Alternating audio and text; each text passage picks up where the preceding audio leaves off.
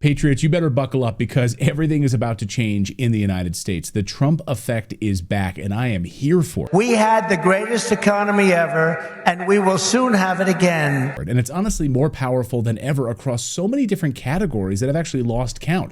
So love him or hate him, it really doesn't matter at all, honestly. One thing is undeniable. When Donald J. Trump enters the room, the world listens and the economy reacts. So today, I want to go over a few key data points that if you're an investor, you need to pay attention to on how these markets are moving right now. Pay attention. So Trump's resurgence has sparked economic optimism like I've never seen before, with surging markets, skyrocketing Bitcoin, even a possible reckoning for the Federal Reserve itself.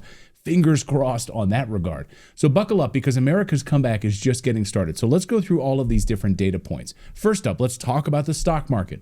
Trump loves to talk about the stock market. And since Trump's return to the political spotlight, the markets have gone on an absolute tear right now. The S&P 500 surging. Financial giants like Wells Fargo are now forecasting even bigger gains in 2025. They've raised their year-end target for the S&P 500 to between 6,500 and 6,700. Signaling confidence is booming in the United States economy under Trump's leadership. That's a nearly 12% increase from today's levels.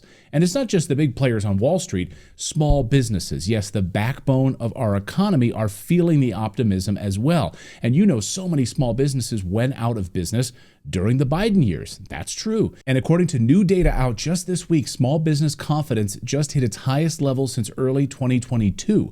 So owners are seeing brighter days ahead, and they believe Trump's policies could provide the lifeline that they need to thrive once again. Yeah, and tax is a big piece of that, of course. So are you a small business owner? Let me know down below how you see 2025 shaping up for you and your company. Now, let's not forget Bitcoin. Okay, that's another category that's surging, the king of cryptocurrencies. For years, Bitcoin has been a barometer of uncertainty and optimism. And right now, it's sending a clear message. Bitcoin's price surged to nearly $100,000 per Bitcoin as of this recording, driven in part by speculation that Trump may drastically reshape monetary policy in America. And Trump has said that he wants to be really the first Bitcoin president. He wants America to be the #1 producer of Bitcoin. Crypto will skyrocket like never before, even beyond your expectations, and you are the people that are doing it. And create a Bitcoin, basically a store of value, buying as many Bitcoin and holding as many Bitcoin as the United States can. So yes, I hold a lot of Bitcoin in my personal holdings, and I also hold a lot of gold and silver. They are soaring right now as investors are hedging against inflation and preparing for what could be a massive shakeup at the Federal Reserve, and I am here for it. Natalie and I just bought a lot of gold and silver, and we bought another real estate investment in the state of Missouri just recently. So real tangible assets are set to soar under Trump, and I am totally here for it once again. So let's talk about the elephant in the room, though, the Federal Reserve.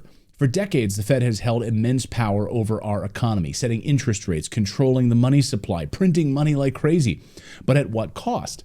Well, the dollar's purchasing power has been in a free fall, eroded by relentless money printing and irresponsible monetary policies. I mean, let's be real. The reason the US dollar is declining so rapidly is because of the Federal Reserve's manipulation of the money supply. Did you see the unelected slimeball Jerome Powell last week? He was asked if he would resign if Trump asked him to, and he said this. Some of the president-elect's advisors have suggested that you should resign.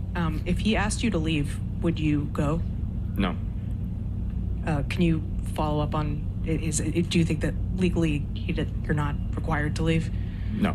That's smugness. Nope.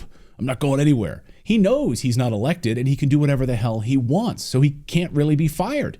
Just so you understand, since the Federal Reserve was established in 1913, the US dollar has lost over 96% of its value. What used to cost $1 back then will now set you back nearly $30. That's not just inflation, it's theft. Plain and simple.